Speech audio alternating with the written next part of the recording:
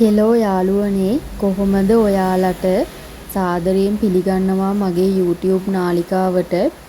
මම අද ඔයගොල්ලන්ට ගෙනාවේ S2 පුදුම කරවන ලස්සන නෙළුම් වර්ගයක්. මේකේ නම තමයි කහ පෙති අඩු. කහ පෙති අඩු වුණාට ලස්සනින් නම් අඩුවක් නැහැ. ඔයගොල්ලන්ට පේනව නේද?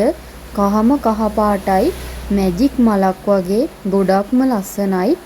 හිරු එළියට මේ මල පිපුණාම S2 පුදුම කරවනවා. මම ඉස්සර ඉඳලා මේ මල් වර්ගයට කැමතියි. මොකද හැමදාම මල් දෙනවා. කවදාවත් මල් වල නම් අඩුවක් වෙන්නේ නැහැ. කොලෙන් කොලේට මල් දෙනවා. පොහොට්ටු ගොඩාක් පිපෙනවා. මල ගොඩක් ලොකුයි. මල නම් ගොඩක් ලොකු වෙන්නේ. හොඳට පොහොරයි වතුරයි හිරු එළියයි හොඳට වැටුනහම තමයි ඒ තුනම එකට එකතු වුනහම අපිට මේ වගේ ලස්සන ලොකු මලක් හම්බ වෙනවා. ඒ වගේම තමයි යාළුවනේ වර්ෂයේ පුරාම මේ වර්ගයේ මල් දෙනවා. බීජ මගින් නම් බෝ වෙනවා අඩුයි. සාමාන්‍ය විදිහට බීජ මගින් බෝ වෙනවා. නමුත් අපිට මේකේ පැල වලින් තමයි බෝ වෙන්නේ. අපි මේ වගේ පැලයක් තියෙන තැනකින් ටියුබ් එකක් ගලවලා වෙනම වෙන් කරගත්තොත් අපිට පැල බෝ කරගන්න පුළුවන්. ඒ වගේම තමයි යාළුවනේ හොඳට වතුර පිරිසිදු වෙන්න ඕනේ. තද අවුව වැටෙන්න ඕනේ. ඒ වගේම තමයි ජලයේ මද උණුසුම් තත්ත්වයක් තියෙනවා නම් හොඳට මල් හම්බ වෙනවා. ඔයගලන්ට පේනව නේද මේ පොහොට්ටුව ගොඩක්ම ලස්සනයි. මම නම් ගොඩක්ම ආස වර්ගයක් මේ කහ පෙති අඩු මල. කහ නිසාම නෙමෙයි.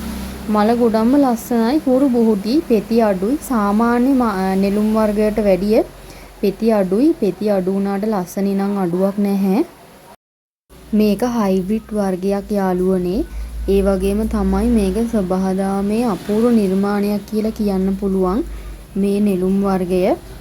මම මේ කියන්නේ ලස්සන හින්දාම නෙමෙයි හැඩයයි පැහැයයි. බලන්න ඒකේ තියෙන වෙනස ගොඩක්ම පරිසරය ආශ්චර්යාත්මක සංසිද්ධීන් තමයි මේවා. අපේ මේ කහ පෙති අඩු මල ගැන අපි ඕගොල්ලොත් එක්ක බෙදාගත්ත යාළුවනේ.